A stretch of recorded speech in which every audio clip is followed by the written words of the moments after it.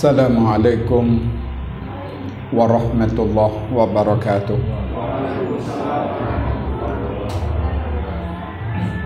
Alhamdulillah alladzi khalaqal mauta wal hayat liyabluwakum ayyukum ahsanu amala.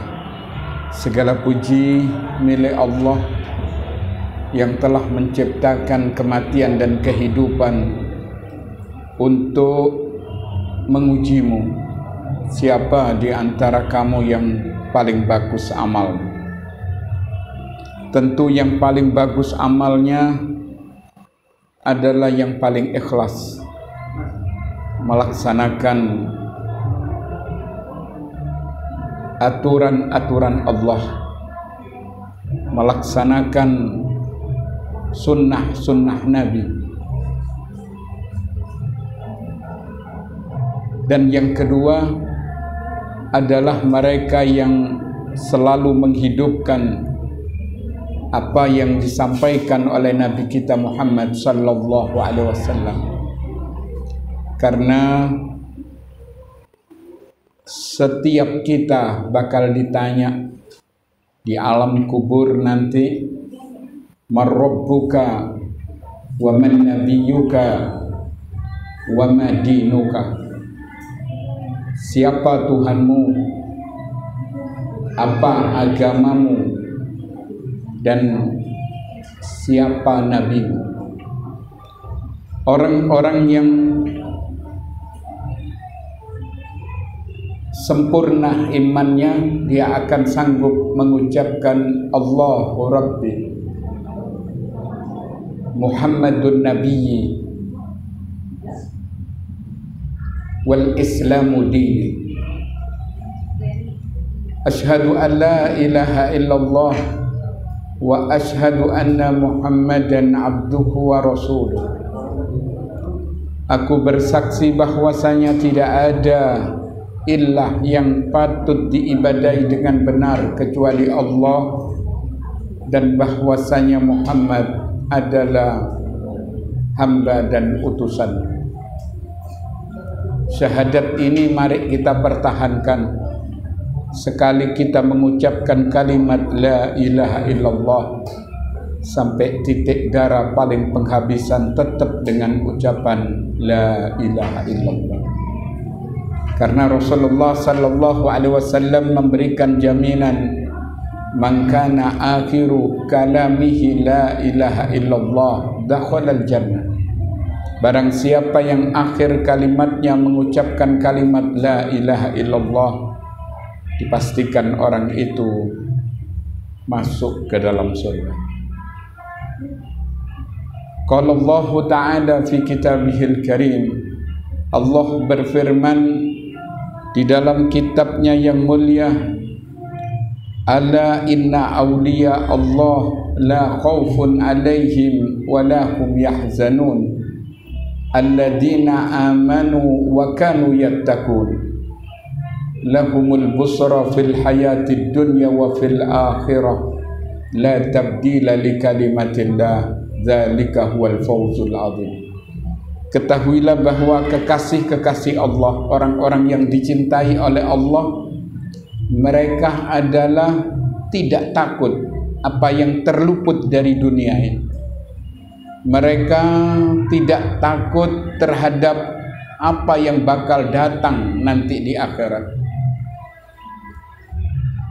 Bagi mereka, kebahagiaan di dunia dan kebahagiaan di akhirat, tidak ada perubahan bagi keputusannya Allah, dan itu merupakan keuntungan yang sangat besar. Amma ba'd, fa inna asdaqal hadis kitabullah wa inna afdhalal hadi hadi Muhammad sallallahu alaihi wasallam wa sarral umur muhdatsatuha wa kullu muhdatsatin bid'ah wa kullu bid'atin dhalalah wa kullu dhalalatin finnar. Ayyuhal hadirun, jamaah kajian yang dirahmati oleh Allah, kita harus yakin dalam hidup ini tidak selalu bertabur bunga. Hidup ini adalah tempatnya ujian, tempatnya bala. Bahkan kita menyampaikan agama ini kadang-kadang ada gangguan. Seperti yang kita jalani sekarang ini, saingan dengan joget-joget, saingan dengan hal-hal yang tidak ada manfaatnya. Padahal kita tahu bahwa nyanyian itu merupakan keharuman dalam Islam. Tapi itulah hidup. Dan ketika Imam Ahmad ditanya oleh muridnya, "Ya Imam, matar raha?" Kapan kita istirahat?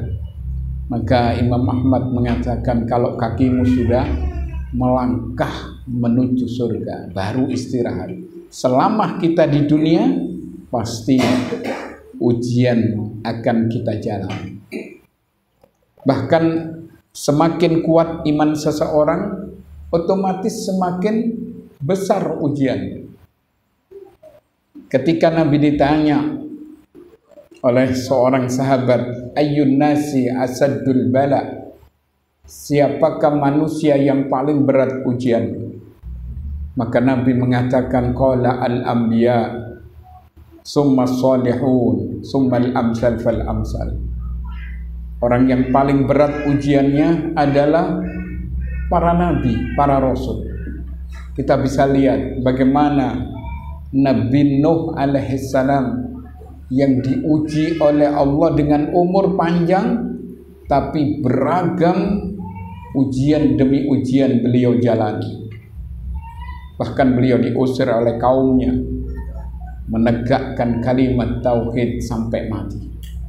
Nabi Ibrahim juga sama, bahkan dibakar oleh kaumnya, oleh Namrud laknatullah alaih. Bahkan bapaknya pun mendukung atas pembakaran Ibrahim alaihissalam. Itu ujian yang terus menggeluti manusia-manusia istimewa. Kemudian kita lihat Nabi Allah Musa, Nabi Allah Isa, apalagi Nabi kita Muhammad sallallahu alaihi wasallam. Termasuk kita pengikutnya, jangan kita muda-muda, jangan kita gampang-gampang. Ujian terus akan berjalan. Apalagi kita menginginkan satu kenikmatan abadi yang Allah katakan, am hasibtum an tadkhulul jannah walamma ya'tikum mathalul ladzina khalau min qablikum massatkumul ba'sa wad-dharra waz-zulzilu hatta yaqula ar-rasul walladzina amanu ma'ah mata nasrullah ala inna nasrullahi qarib. Apakah kamu menyangka kamu akan masuk ke dalam surga padahal belum datang ujian sebagaimana ujian orang-orang sebelum kamu?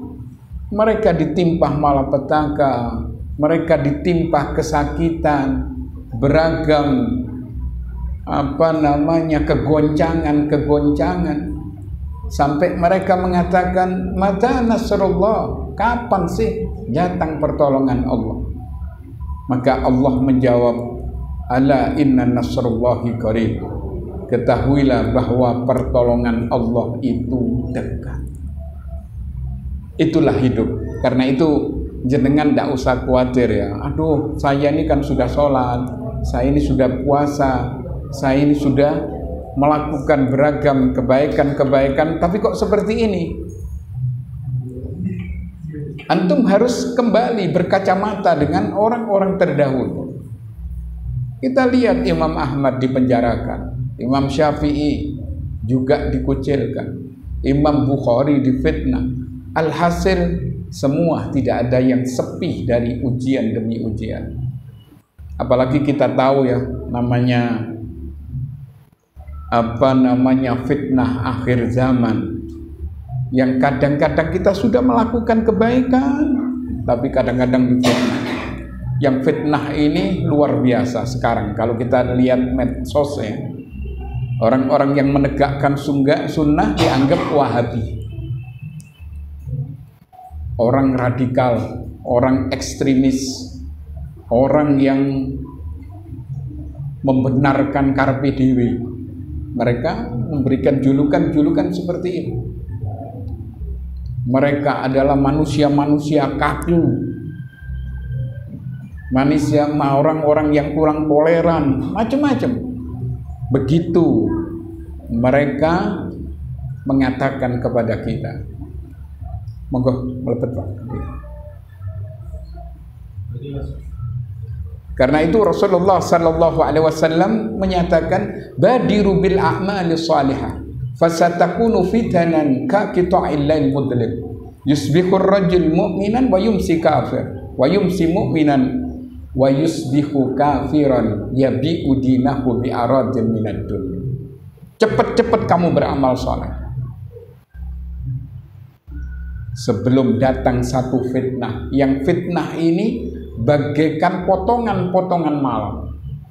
Bayangkan fitnah ini meliputi segala segi, sampai ada seorang yang tadinya posisinya beriman tiba-tiba berubah menjadi orang yang kafir, yang akan bakal kita terangkan nanti. Kemudian berbalik seperti itu, yang tadinya posisinya dia beriman di kala sore, pagi ternyata sudah keluar dari agama. Apalagi sekarang kita lihat ada beberapa orang murtad katanya. Islam itu tidak butuh ya, la ikraha fiddin, tapi harus disampaikan bahwa agama ini adalah agama yang benar, agama yang dibawa oleh para nabi, para rasul terdahulu sampai Nabi kita Muhammad sallallahu alaihi wasallam, dan itu berkesinambungan. Terutama apa? Masalah akidah, masalah tauhid, masalah keyakinan la ilaha illallah. Nah, hadirin yang dirahmati oleh Allah, ini sekedar masukan kepada kita semua ya, bahwa kehidupan seperti itu. Jadi Anda jangan mengatakan kan saya sudah beriman. Semestinya tidak harus susah, tidak harus mendapat tantangan, karena Allah selalu menolong. Kita tahu siapa yang paling banyak pertolongannya, Rasulullah.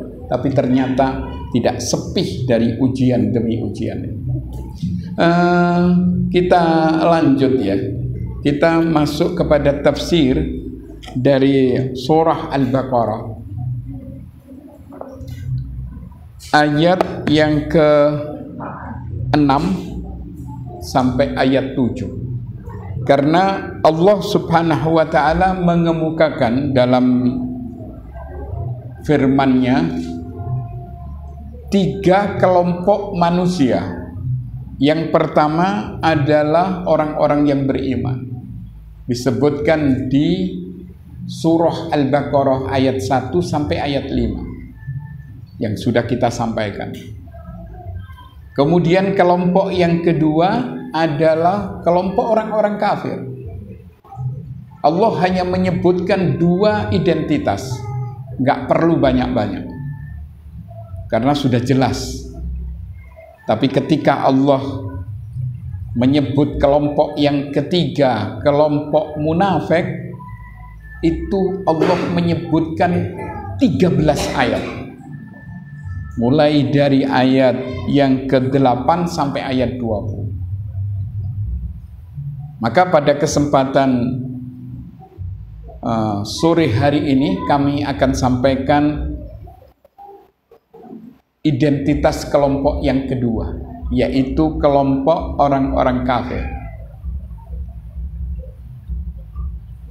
A'udzu billahi minasyaitonir rajim. Innal ladzina kafaru sawa'un 'alaihim a anzartakum am lam tundirhum la yu'minun. Khatamallahu 'ala qulubihim wa 'ala sam'ihim wa 'ala absarihim khishawah wa lahum 'adzabun 'adzim. Sesungguhnya orang-orang yang kafir itu sama saja atas mereka. A'andartahum, engkau memberikan peringatan, memberikan ancaman, atau tidak engkau memberikan peringatan kepada mereka, la yu'minun, tetap mereka tidak mau beriman. Ini identitas orang kafir. Siapa sih orang kafir ini? Yaitu orang yang tidak beriman kepada Allah sebagaimana yang dikehendaki. Dan orang kafir ini ada beberapa tipe ya. Terutama dari ahli kitab. Ini masuk kategori kafir. Di situ ada Yahudi, ada Nasrani, yang mana mereka tidak beriman kepada Al-Quran, maka mereka disebut dengan orang kafir. Innal ladzina kafaru min ahlil kitab wal musyrikina fi nari jahannam khalidina fiha ulaika hum syarrul bariyah. Sesungguhnya orang-orang kafir dari ahli kitab.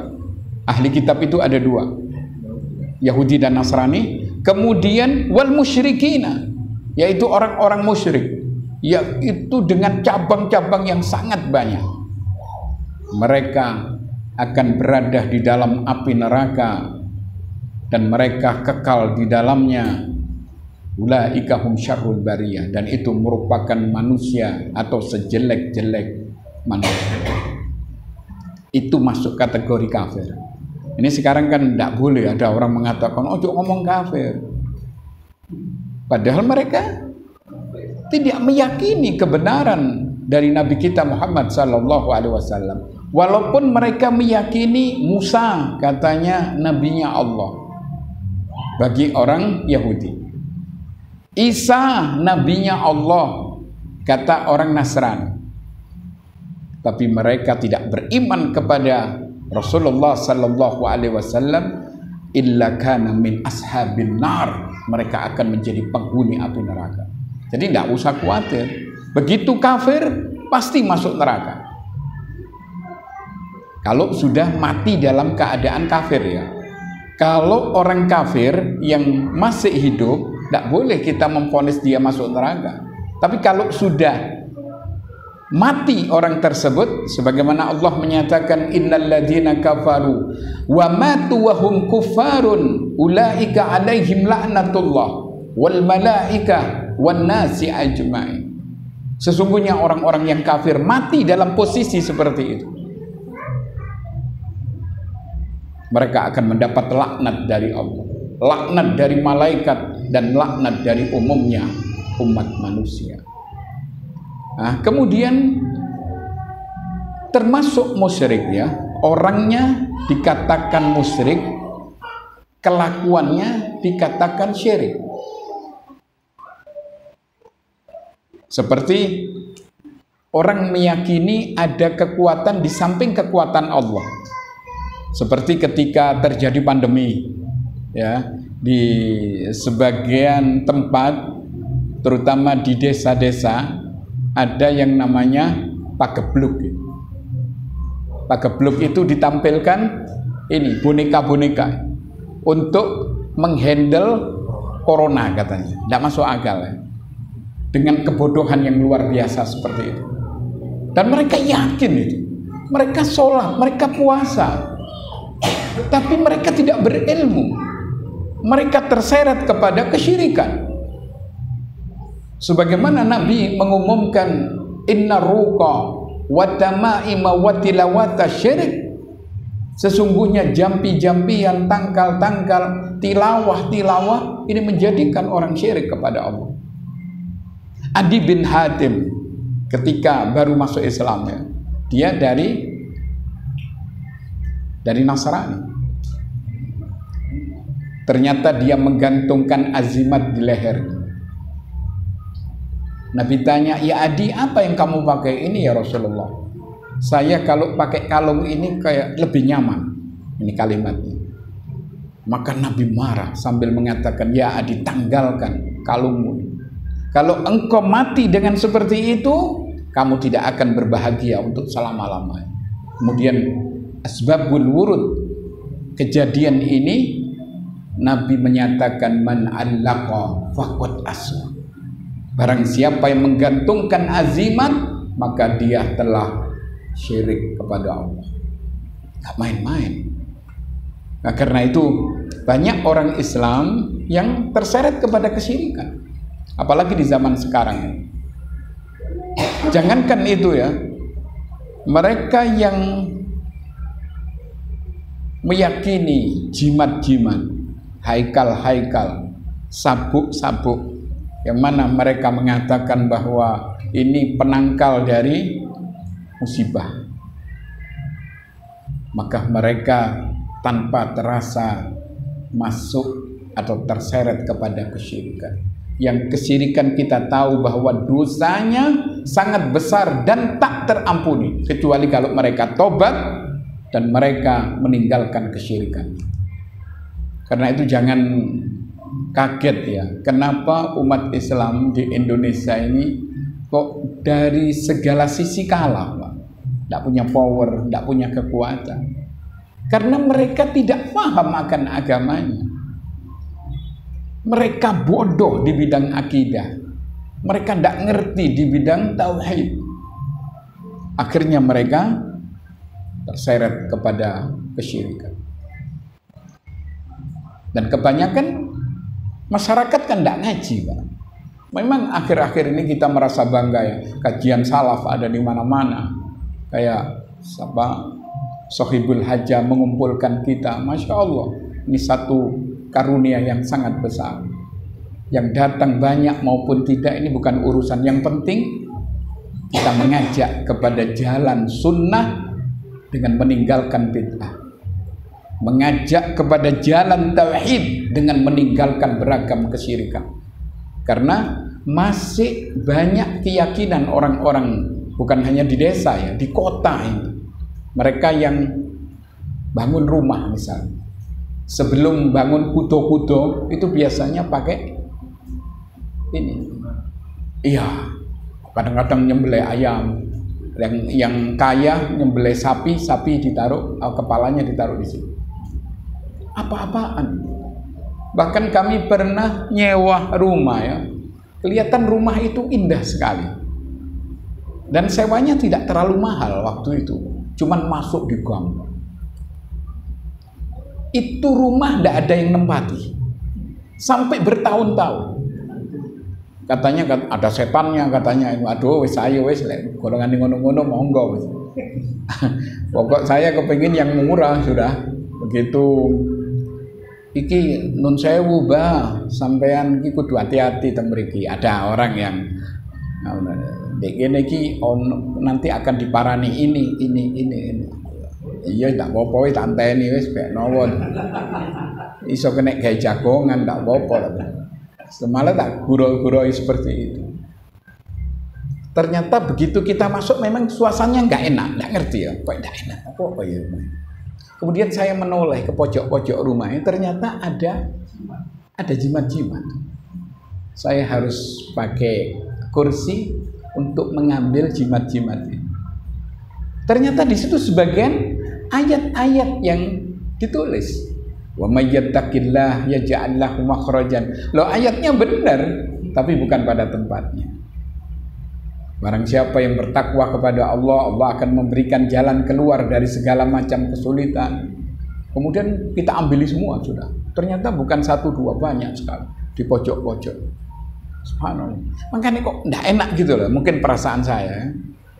Padahal ventilasinya sudah cukup, ini kok enggak enak. Ya mungkin ada hal-hal yang harus dibersihkan di situ. Itu sampai berapa hari ternyata enggak ada apa-apa. Waktu kita menempati rumah itu ya, waktu di daerah agak masuk memang, bukan yang seperti sekarang kita tempati. Ini rumahnya Abu Muhammad yang kita tempati, Masya Allah. Itu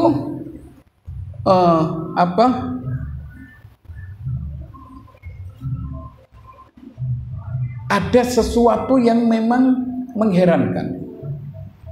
Berapa hari setelah saya menempati rumah itu, subhanallah, seperti ada suara gitu. Atau mungkin halusinasi saya. Begitu kita parani di spen itu tidak ada apa-apa. Kita tinggalkan, keluar lagi suara itu. Itu bukan saya sendiri, saya tak anggap sudah mungkin hanya halusinasi. Ternyata tidak. Anak saya ngomong, "Bi, rupanya ono apa itu?" Oh, tidak ada apa-apa. Saya khawatir anak saya pas tidak bisa tidur, apa ketakutan golek gawe. Tidak apa-apa perasaannya sampai perasaanmu, bilang. Saya parani lagi. Nah, kemudian kita banyak mengaji di sini. Subhanallah, lambat laun nggak ada sudah. Seperti rumah pertama yang kami punya di daerah mana itu? Suanda Barat ya, yang paling barat. Bukan ada lagi Suanda Barat. Itu seperti ada orang yang mandi, jebur. Dan betul. Begitu kita buka, nggak ada apa-apa. Apalagi ketika kita sendirian. Ketika kita sendirian ini, termasuk ayah waktu itu sendirian, semua keluar ya karena ada kepentingan ke kemanten waktu itu. Subhanallah. Ayah ini sendirian, padahal ayah paham ya untuk masalah ini. Tapi tetap namanya manusia. Seperti ada orang yang datang banyak sekali. Brok. Dibuka, tidak ada satupun manusia di situ. Tutup lagi. Waduh. Katanya ayah saya ceritanya, begitu duduk, lampu ini mati. Subhanallah. Kebetulan ya, mungkin lampu ini mati. Tambah ada rasa takut yang luar biasa. Akhirnya itu sudah baca ayat kursi, baca al-mu'awwidhatani ini. Alhamdulillah dalam beberapa waktu hilang juga. Hanya awal-awal saja. Nah, kita kembali kepada masalah akidah ini ya, masalah tauhid ini penting sekali. Karena Rasulullah sallallahu alaihi wasallam ketika menyampaikan la ilaha illallah tuflihu, ucapkan kalimat la ilaha illallah, Anda akan beruntung. Subhanallah. Ketika Nabi mengucapkan kalimat ini terasa aneh oleh orang-orang kafir. Mereka berunding di antara orang kafir dari tokoh-tokoh mereka untuk mendatangi Rasulullah sallallahu alaihi wasallam.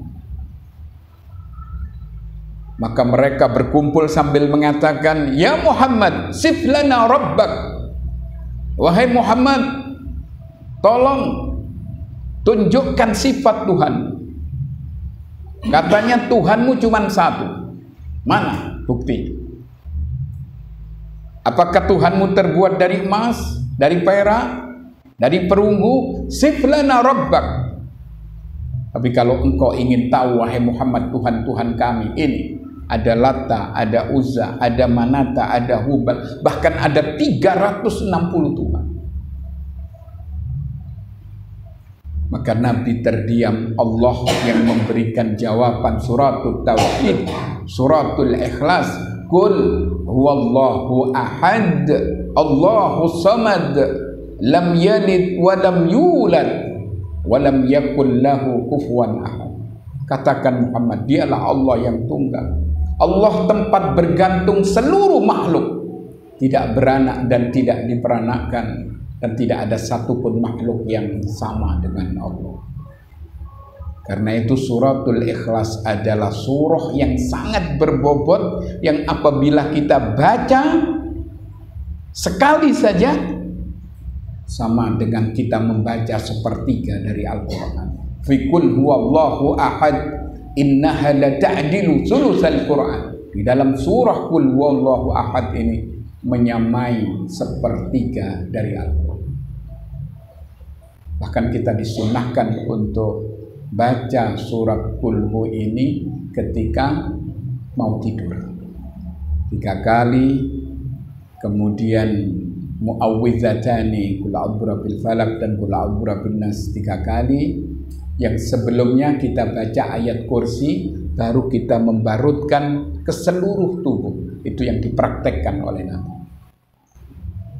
Bahkan beliau menganjurkan di sholat-sholat sunnah, qobliyah subuh, baca Qul Hu setelah Qul ya ayyuhal kafirun di rakaat pertama. Bahkan di sholat witir pun kita disunnahkan membaca sabbihisma, kul ya ayyuhal kafirun, dan kul. Itu menunjukkan bahwa kul huwallahu ahad ini penuh dengan bobot karena menerangkan tentang sifatnya Allah Subhanahu wa ta'ala. Nah, kemudian orang-orang kafir ini, kata Allah, engkau memberikan ancaman atau tidak engkau berikan ancaman, la yu'minun, tetap mereka tidak beriman.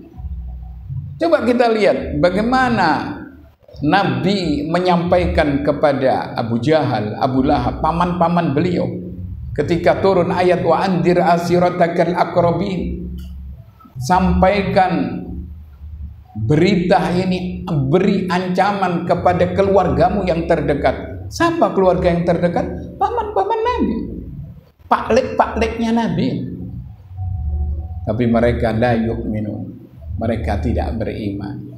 Kenapa tidak beriman? Maka ayat selanjutnya menyebutkan khatamallahu ala qulubihim wa ala sam'ihim wa ala absarihim khishawah wa lahum azabun azim. Allah telah mengunci mati hati dan pendengaran mereka, penglihatan mereka, ada khisyawah, ada tutupan yang sangat berat. Walahum azabun azim, dan bagi mereka disiapkan siksa yang sangat pedih. Allah karim. Ini kenapa mereka tidak beriman, yaitu tadi hatinya sudah dikunci mati. Karena itu walaupun ditunjukkan ya tanda-tanda kebesaran Allah, baik ayat kauniyah, terutama Al-Quran, bahkan Nabi ini cara berdakwanya lebih banyak dibacakan Al-Quran karena sesuai dengan fitrah manusia. Tapi kalau sudah dikunci mati oleh Allah hatinya, ya tidak bisa. Sawa'un alaihi, walaupun mereka mendengar, masuk kuping kanan, keluar kuping kiri, tidak pernah transit kebenaran itu dalam hati mereka. Subhanallah, seperti itu. Bahkan Allah menggambarkan di ayat yang lain, walaqad dara'na li jahannama katsiran minal jinni wal ins lahum qulubun la yafqahuna biha wa lahum a'yunun la yubsiruna biha wa lahum adhanun la yasma'una biha ulaika kal an'am bal hum adall ulaika humul ghafilun. Kami akan penuhi api neraka jahanam ini dengan kebanyakan jin dan manusia. Mereka punya hati tapi tidak bisa menghayati kebenaran. Mereka punya hati tapi dia sudah dikunci mati. Allah karim. Mereka punya mata tapi buta, punya telinga tapi budek. Mereka itu kal an'am, seperti binatang ternak. Balhum adol, bahkan lebih sesat lagi. Mereka itulah orang-orang yang khafilun, orang-orang yang lalai dari kebenaran. Karena itu kembali lagi kepada kondisi kita bersyukur kepada Allah. Yang pertama, kita tidak dijadikan setan. Yang kedua, kita tidak dijadikan orang kafir. Ini kita beruntung sekali. Kita dijadikan orang Islam mungkin sejak bayi, tapi yang perlu untuk kita rawat adalah keislaman yang benar, bukan Islam adat istiadat, bukan Islam Nusantara, bukan Islam liberal. Dan ingat ya, Islam liberal ini kafir, walaupun dia mengatakan Islam, tapi mereka kafir. Mereka sudah ditutup mata hatinya. Kecuali kalau mereka bertobat, kembali kepada jalan kebenaran, Masya Allah. Tapi kalau tidak, meyakini seperti yang keyakinan mereka ini semua agama sama katanya. Padahal Allah mengatakan, wa may yabtaghi khairal islami dinan fala yuqbala min wa huwa fil akhirati minal khasirin. Barang siapa yang mencari agama selain Islam, Islam yang mana? Islam yang dibawa oleh Nabi kita Muhammad SAW. Maka barang siapa yang mencari agama selain agama yang dibawa oleh Nabi Muhammad, mereka itu adalah tidak akan diterima. Bahkan nanti di akhirat masuk kategori orang-orang yang rugi. Apa tidak beruntung ya? Kemudian apa keberuntungan kita berikutnya? Kita difahamkan tentang sunnah. Kita ngaji sunnah, Masya Allah. Antara Islam dengan sunnah ini bertali berkelindan, tidak bisa dipisah-pisahkan. Al-Islam apa? Al-Islam huwa sunnah, wa sunnah hiya al-Islam. Islam itu sunnah, sunnah itu adalah Islam itu sendiri. Cuman ya itu tadi, Nabi memberikan analisis nanti Islam yang murni ini tiba-tiba mengalami degradasi, mengalami penurunan, terjadi percampuran mungkin dengan adat, percampuran dengan keadaan, sehingga mereka mengatakan sing enak Islam warna-warni saja, Islam yang toleran katanya. Islam ini paling toleran, tidak ada seperti Islam yang dibawa oleh Nabi Muhammad. Toleransinya sangat besar. Nabi ini berdampingan dengan orang-orang Yahudi, dengan orang Nasrani juga, tapi beliau toleransi sekali. Begitu beliau mendapat rezeki dari Allah, dibagi-bagikan. Orang-orang yang non-Islam pun kebagian. Tak benar ini, tak ngerti dari mana. Toleransinya tinggi. Tapi kalau sudah masalah din, lain sudah. Lakum dinukum waliyadin. Bagimu agamamu, bagiku agamaku. Kalau enggak, kalau zaman sekarang enggak kan. Artinya gak bobo kan podo-podo. Akhirnya doa bersama. Seperti yang dipraktekkan oleh kaum muslimin awam ini. Ayo kita bersama-sama doa. Akhirnya mengumpulkan orang Nasrani, orang Hindu, orang Islam. Ayo kita sama-sama punya Tuhan, tidak apa-apa. Nanti masuk surga juga, nanti ketemu dengan ini, dengan itu, tidak apa-apa kan, kafir mlebu swarga. Jadi orang ngawur, orang tidak karu-karuan. Apa itu yang kita jadikan panutan pada zaman sekarang? Tidak tahu. Kan seperti itu. Nah, hadirin yang dirahmati oleh Allah, karena itu yang paling penting di sini disebutkan beberapa ahli tafsir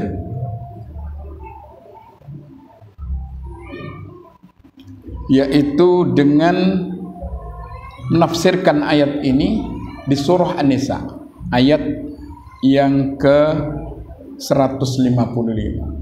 Allah menyatakan fabima naqdihim mitsaqahum wa kufrihim bi ayatillah wa qatlihimul anbiya'a bi khairi haqq wa qawlihim qulubuna khulf bal taba'allahu 'alaiha bi kufrihim fala yu'minuna illa qalila. Maka kami akan lakukan terhadap mereka beberapa tindakan disebabkan mereka melanggar perjanjian, karena mereka kafir terhadap keterangan-keterangan dari Allah. Bahkan mereka membunuh nabi-nabi tanpa alasan yang benar, dan dia mengatakan hati kami telah tertutup, kata mereka. Bahkan sebenarnya Allah telah mengunci mati hati mereka disebabkan karena kekafiran. Karena itu mereka tidak beriman kecuali kelompok sedikit. Kelompok sedikit di situ ada Abdullah bin Salam, ada beberapa sahabat yang dari Kristen masuk Islam, tapi tidak banyak. Yang banyak mereka bercokol dengan kekafiran. Allah karim. Hadirin yang dirahmati oleh Allah. Kemudian Allah mengingatkan juga di ayat yang lain di surah Al-An'am ayat 110. Wa nuqallibu afidatahum wa absarahum kama lam yu'minu bihi awwala marrah. wa nadarahum fi tughyanihim ya'mahun. Apa kata Allah? Dan begitu pula kami memalingkan hati dan penglihatan mereka sebagaimana mereka tidak beriman kepada Al-Quran. Aneh ya, kalau kita kan beriman ya, kalau kita ini beriman kepada kitabnya Nabi Musa, apa? Taurat, kita beriman. Itu kitabnya Allah yang dikirim untuk Nabi Musa. Cuman khusus untuk kaumnya, tapi ini satu kebenaran. Zabur, Taurat, Injil, kan seperti itu. Dan Al-Quran kita beriman semua. Kalau mereka kan enggak. Yahudi hanya beriman kepada Taurat, padahal mereka mendustakan Taurat. Kenapa? Karena di Taurat itu menceritakan tentang kedatangan Nabi di akhir zaman dengan ciri-ciri yang lengkap, sama dengan mereka mengetahui anak mereka. Coba, tapi mereka ditutup hati mereka oleh Allah, disebabkan karena kekufuran mereka. Nasrani juga sama. Mereka meyakini Isa malah berlebihan. Isa katanya anaknya Tuhan. Kalau kita kan enggak, Nabi Isa itu nabinya Allah, nabi yang saleh, yang memang Allah utus untuk 1-2 proyek kemanusiaan. Sementara Nabi Muhammad adalah wa ma arsalnaka illa rahmatan lil alamin. Jelas. Kita yang di atas wasatoh, di pertengahan, artinya kebenaran, kita mengakui nabi-nabi. Kalau mereka kan enggak. Ini keuntungan buat kita semua. Karena itu Rasulullah Sallallahu Alaihi Wasallam pernah menyatakan, tuba liman ro'ani wa amana bi, summa tuba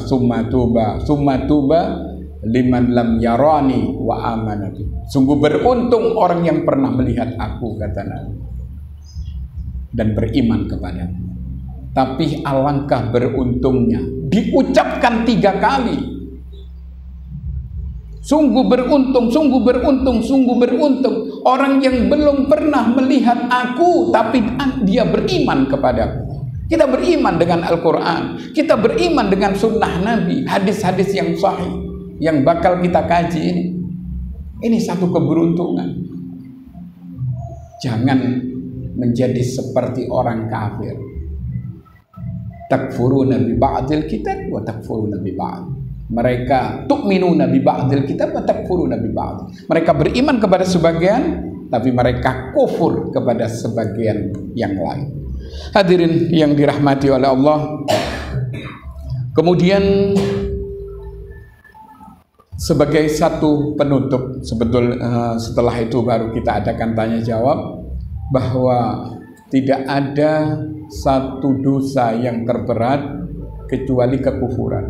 Kekufuran ini akan menutupi hati, sehingga kebenaran sudah tidak terlihat lagi. Kenapa mereka sampai tertutup hatinya? Karena dosa dan maksiat yang mereka lakukan. Seperti sindiran Rasulullah Sallallahu Alaihi Wasallam kepada kita orang-orang beriman. Apa kata Nabi? Innal mu'min idza ajnaba danban kana nuqtada sauda fi qalbi fa in taba wa naza'a wasta'taba saqula qalbu wa in zadat hatta tukhliqa qalba. Hadis ini diriwayatkan oleh Imam At-Tirmizi dari Ibnu Jarir At-Tabari dari Abi Hurairah radhiyallahu anhu. Jadi Nabi menyatakan sesungguhnya orang mukmin ini apabila dia mengerjakan perbuatan dosa, dosa itu kan beragam ya. Jangan sampai kita melakukan dosa syirik ya. Orang beriman ini kadang-kadang melakukan dosa syirik, Pak, tanpa terasa, disebabkan karena tidak adanya ilmu. Dia tidak pernah ngaji. Dia Islam turunan, dia tidak paham. Seperti meyakini bahwa lemah kuburan ini berbeda dengan lemah kuburan itu. Kalau lemah kuburan ini akan membawa manfaat, akan mendatangkan rezeki, macam-macam. Apa ini? Nabi mengatakan Orang-orang yang beriman apabila dia mengerjakan perbuatan dosa, asal bukan dosa syirik, ini terdapat satu titik hitam di dalam hatinya. Jika dia bertobat, mencabut perbuatannya, berusaha untuk menghapuskannya, maka cemerlang hati itu. Tapi sebaliknya, jika dia tambah mengerjakan perbuatan buruk, bertambah titik itu hingga tertutup hatinya, disebabkan karena apa? Karena mereka tidak ngerti agama.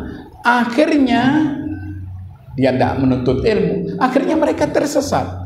Mereka meyakini ini sebagai agama, padahal itu bid'ah.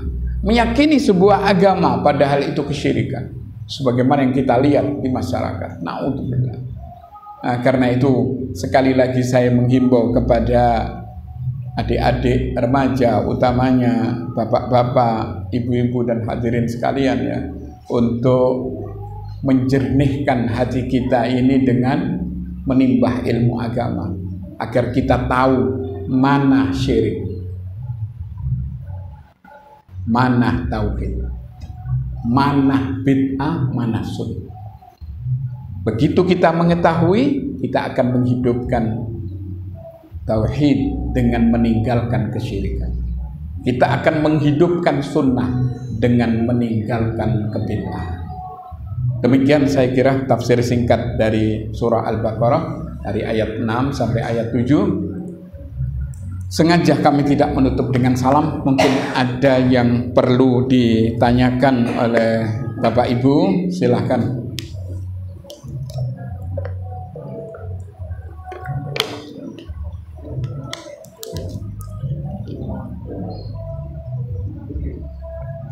Mungkin dari mbak-mbak.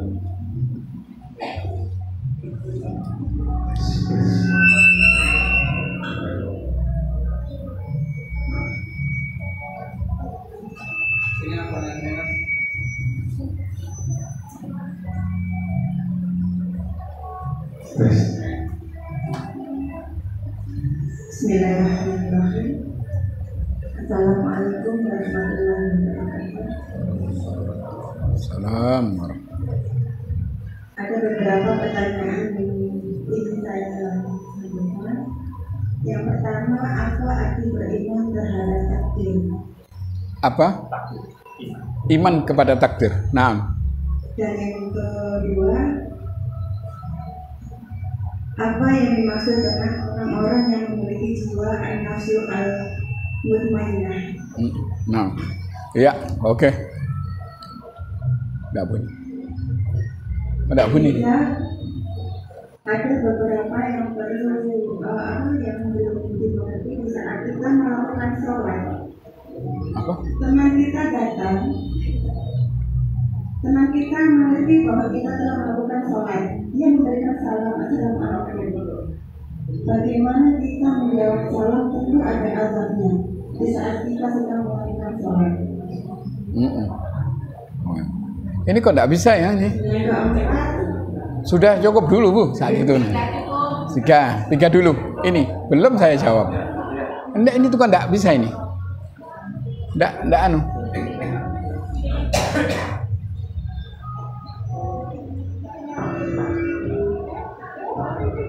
Halo, tes. Halo. Mati. Assalamualaikum warahmatullahi wabarakatuh. Waalaikumsalam. Nah, hadirin, ini ada 3 pertanyaan ya dari Mbak siapa ini? Ya.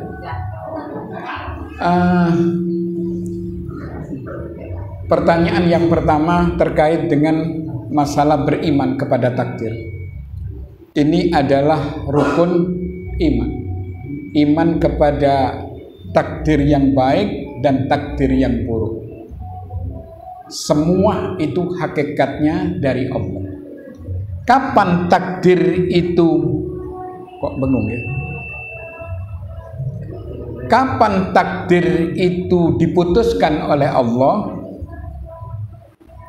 Takdir itu diputuskan sebelum Allah menciptakan langit dan bumi 50.000 tahun yang lalu. Dan ini merupakan rahasia Allah. Sebagaimana Rasulullah sallallahu alaihi wasallam bersabda, "Innallaha ta'ala maqadiral khalaiq bi khamsina alfa sanat." Sesungguhnya Allah mentakdirkan semua kejadian ini, takdir ini, sebelum Allah menciptakan langit dan bumi 50.000 tahun yang lalu. Wa arsuhu 'alal ma', sementara arasy Allah itu ada di atas air. Berangkat dari hadis ini ya, bahwa takdir ini harus kita yakini. Bahkan seseorang yang tidak percaya kepada takdir, maka semua amalannya ditolak, tidak akan diterima oleh Allah.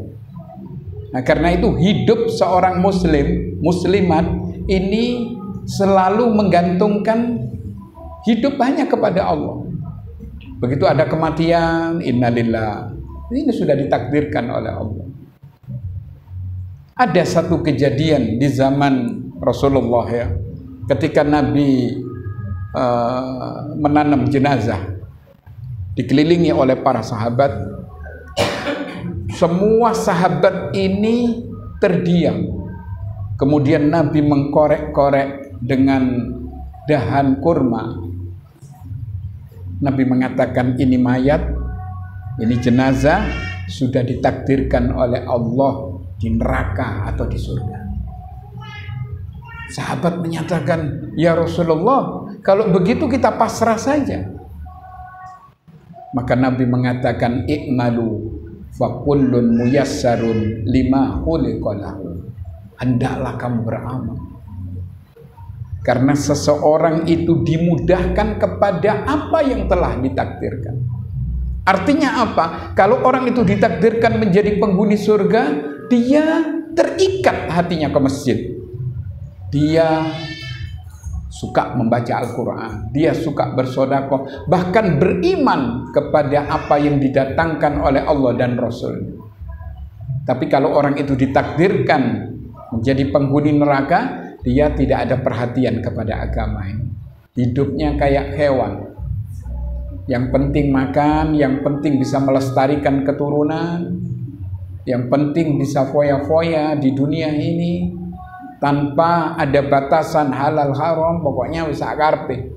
Nah, jadi kembali lagi, kita harus yakin ya bahwa takdir ini adalah keputusannya dari Allah. Kemudian kalau kita mendapat musibah, apapun bentuk musibah itu, ada dua ucapan. Yang pertama, inna lillahi wa inna ilaihi raji'un. Atau kita mengucapkan qadarullah wa ma syaa fa'ala. Allah telah mentakdirkan, dan apa yang dikehendaki oleh Allah pasti terjadi. Jadi beriman kepada takdir ini merupakan rukun Islam. Begitu seorang tidak beriman kepada takdir, maka Islamnya batal. Subhanallah, batal Islam. Sudah, apa yang terjadi? Nah, ini takdir kita. Kalau belum terjadi, kita jangan mengatakan engkau bakalan ini, tidak bisa. La ya'lamul ghaib illallah. Tidak ada yang mengetahui perkara gaib kecuali Allah. Itu harus yakin ya, Mbak, Ibu, Bapak-bapak dan hadirin, bahwa apa yang sudah terjadi ini sudah ditakdirkan oleh Allah. Nah, kemudian kita mensikapi takdir ini singkat saja ya. Pertama, apa yang harus kita lakukan? Yang pertama, kita dianjurkan untuk berdoa. Berdoa, minta kepada Allah. La yaruddul qadar illa doa, karena tidak ada yang bisa menolak takdir kecuali dengan doa. Yang kedua, dengan usaha, ikhtiar, karena ikhtiar ini merupakan kewajiban. Yang ketiga, dengan bertawakal. Dan yang keempat, menerima keputusannya Allah. Sudah, titik. Seperti itu, maka hidup kita ini akan tenang. Tidak mungkin ya ada orang kepingin masuk surga, kemudian dia melakukan amal soleh, takdir kamu masuk neraka. Saya kira ya tidak ya. Seperti itu. Nah, kemudian yang kedua terkait dengan masalah apa tadi, Mbak? Tidak tahu? Apa? Oh, nafsul mutmainah. Iya, nafsu ini kata para ulama ada 3 tipe ya. Ada nafsu amarah, yaitu hampir keseluruhan arahnya kepada perbuatan maksiat.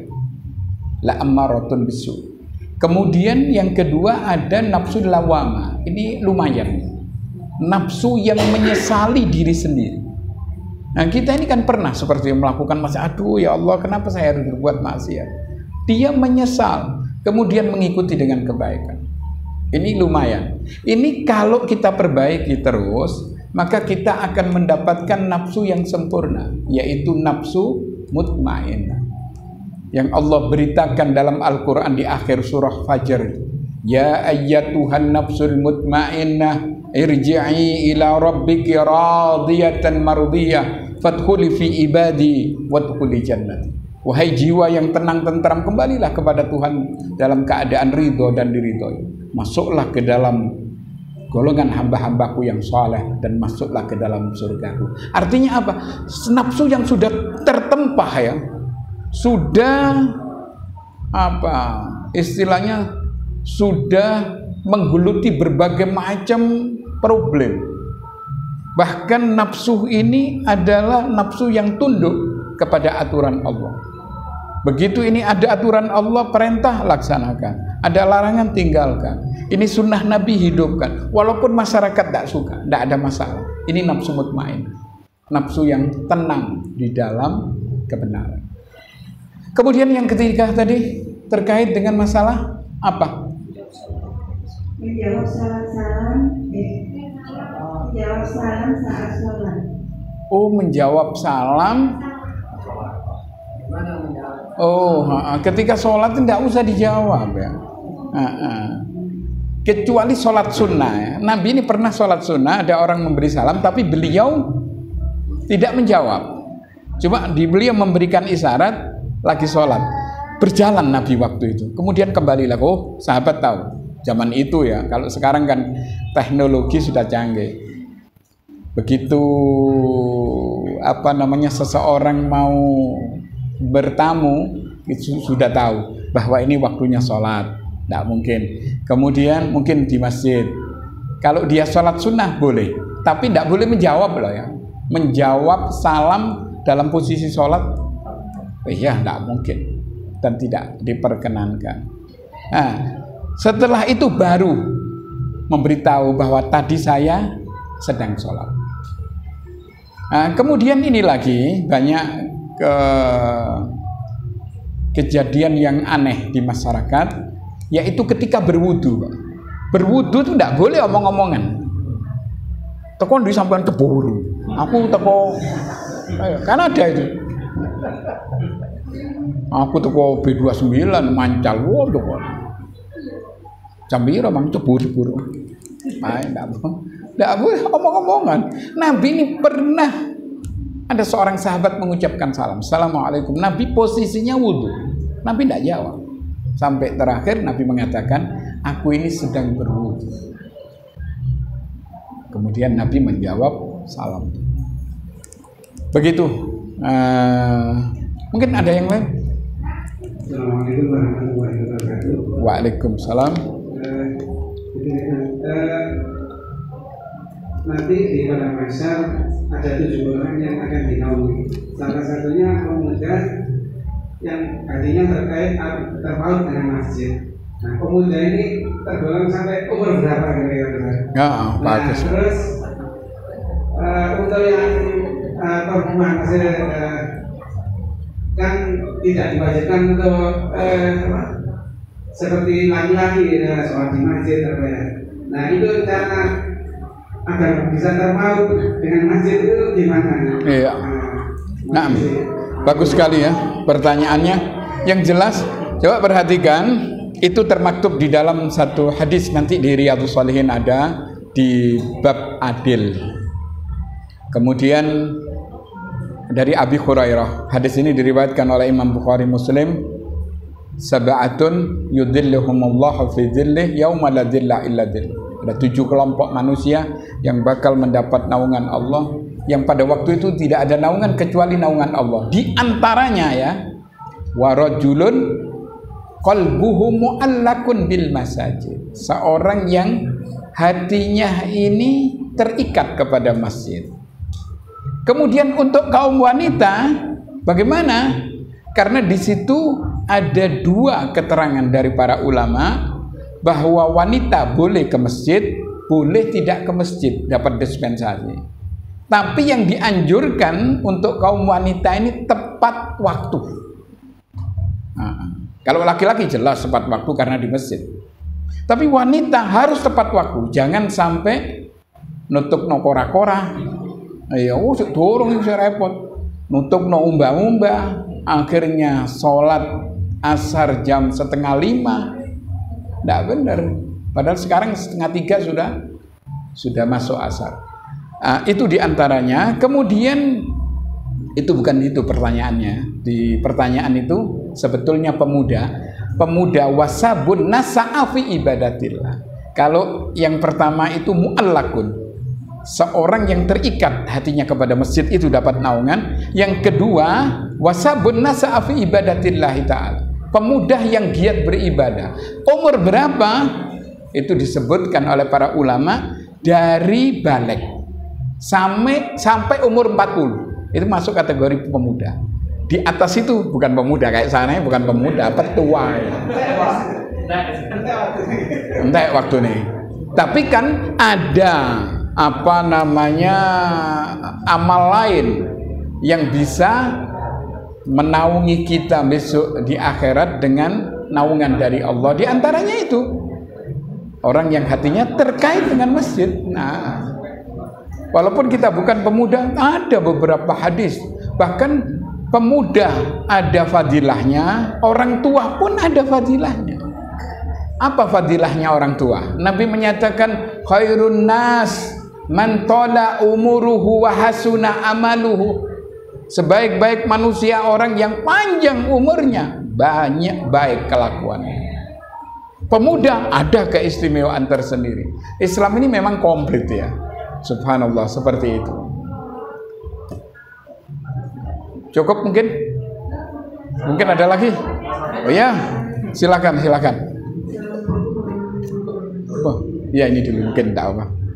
Ini terkait dengan hadis yang berisi bidadari yang berkata dalam engkau menjadi dunia, maksudnya sang suami, hanyalah kamu di sisinya dan saja ia bahkan meninggalkanmu dan menuju pada kami. Ini perihal karena istri dan mengenai suami. Yang ingin saya tanyakan, suami yang bagaimana yang dimaksud hadis tersebut? Lalu apa suami yang masih berbuat yang dilarang Allah, kita tidak boleh melarang Allah? Nah, iya.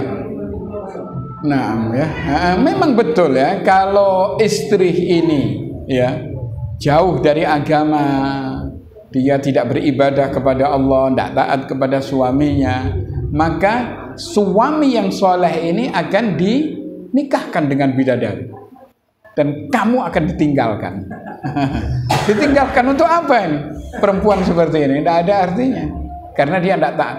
Tapi kalau wanita ini taat, apa kata Nabi dalam satu hadis, khairun nisa allati idza nadarta ilaiha sarratka wa idza amartaha ata'atka wa idza hibta anha hafizatka fi malik wa nafsika.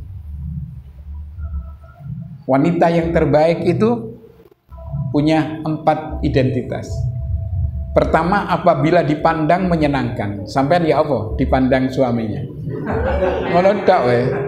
Begitu suami itu mulai sebel, ndelok aduh aku ndelok kon susu memet tau. Kalau sudah seperti itu, ini pasti ada masalah istri seperti itu. Ada apa ini kok sampai suaminya jadi mumet ini? Mungkin tidak taat. Iya. Mungkin ya artinya banyak berbuat maksiat atau nggak karpe dewe. Kemudian yang kedua, apabila diperintah, ini wanita terbaik, taat. Apapun perintahnya, selama perintah itu tidak mengarah kepada perbuatan maksiat. Yang ketiga, sanggup menjaga harta dari suami dan sanggup menjaga kehormatan diri.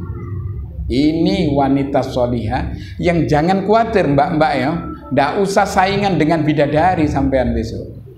sampean akan lebih cantik dari bidadari. Loh iya, tapi syaratnya harus seperti itu loh ya. Tapi kalau tidak memenuhi syarat, bagaimana kita bisa masuk surga? Ayo coba itu dipikirkan lagi nih. Begitu mungkin. Monggo. Assalamualaikum. Ini ada pertanyaan dari Bapak. Assalamualaikum warahmatullahi wabarakatuh. Waalaikumsalam.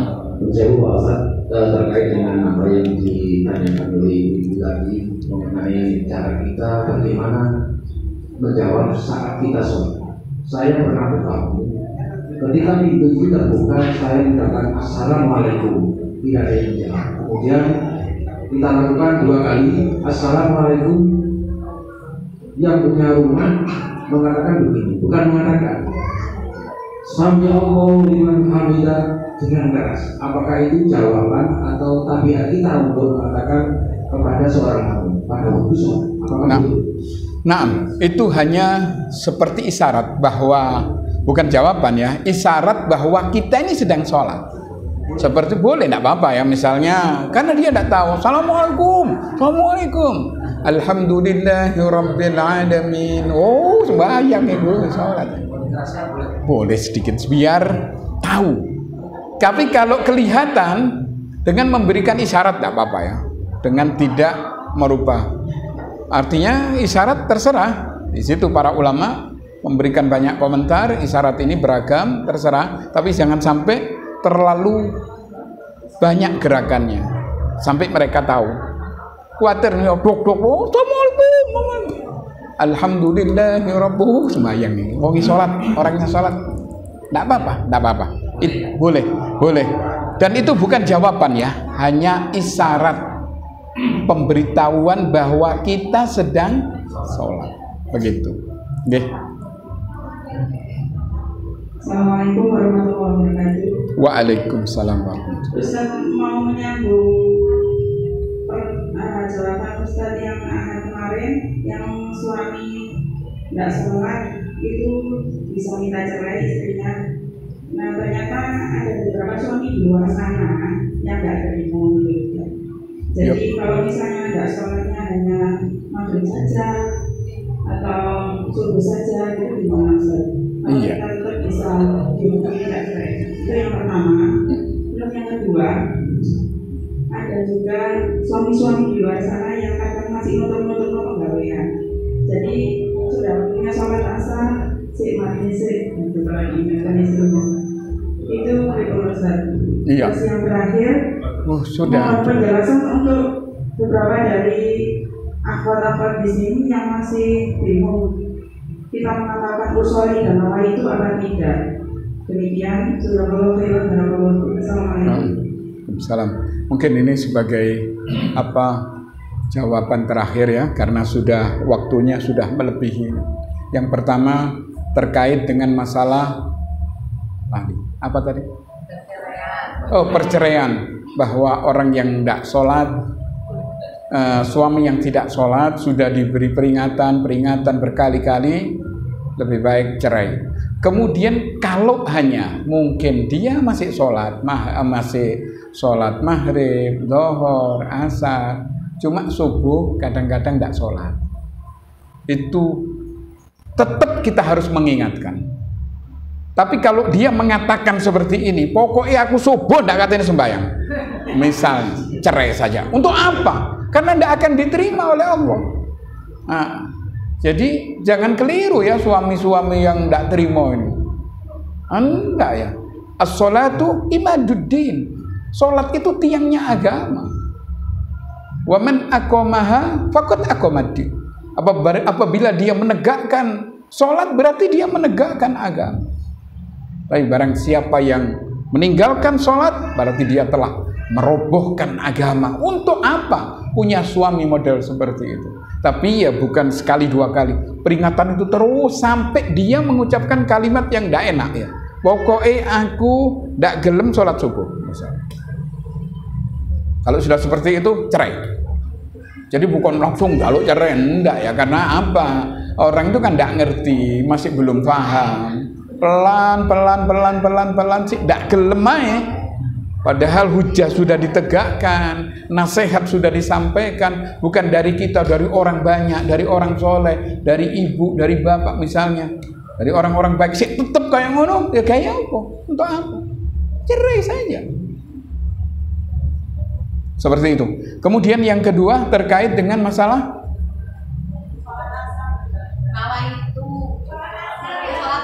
kenapa? Oh, ya enggak benar ya. Sholat asar yang ditunda-tunda, subhanallah, Nabi memberikan ancaman. Man fatatku sholatul asar, faka'annama wutiru ahlu wa ma'al. Barang siapa yang meluputkan dari sholat asar, keluar dari waktunya, seperti sekarang misalnya jam 5. Sekarang ini sudah tidak sah apabila orang melakukan sholat asar karena sudah habis. Nah, sudah menjelang maghrib. Tidak benar. Maka dosanya seperti keluarga dan hartanya dirampas. Hadis lain mengatakan habitu amaluhu, amal-amalnya akan berguguran disebabkan karena dia meninggalkan sholat asar. Karena itu tolong itu diperhatikan ya. Walaupun tidak tepat 100%, tapi jangan sampai keluar dari waktunya. Begitu. Kemudian yang ketiga tadi terkait dengan masalah yang sholat asarnya ditunda tidak sampai jam 5, cuma sampai teman-teman sudah turun dari masjid, beliau masih sibuk di toko. Iki nyindir sampai ini.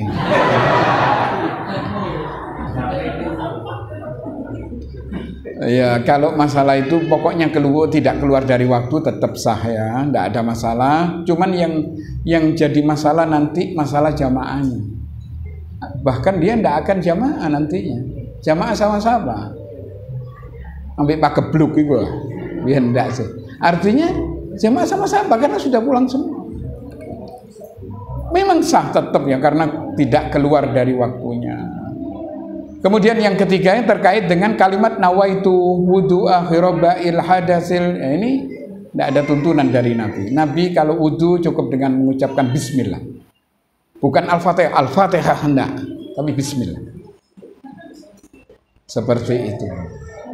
Dan itu tidak perlu, niat ini tidak perlu diucapkan usolli fardal mahribi salasa raka'atin ma'muman lillahi ta'ala. Tidak ada contoh dari Rasulullah Sallallahu Alaihi Wasallam karena Nabi menyatakan sallu kama ra'aitumuni usolli. Salatlah kamu persis seperti kamu melihat aku salat. Demikian saya kira yang perlu kami sampaikan. Insyaallah nanti kita sambung hadis-hadis Nabi dalam kitab Riyadhus Shalihin di hari Ahad depan. Kita tutup dengan kafaratul majlis. Subhanakallahumma wa bihamdika asyhadu an la ilaha illa anta astaghfiruka wa atubu ilaik. Assalamualaikum warahmatullahi wabarakatuh.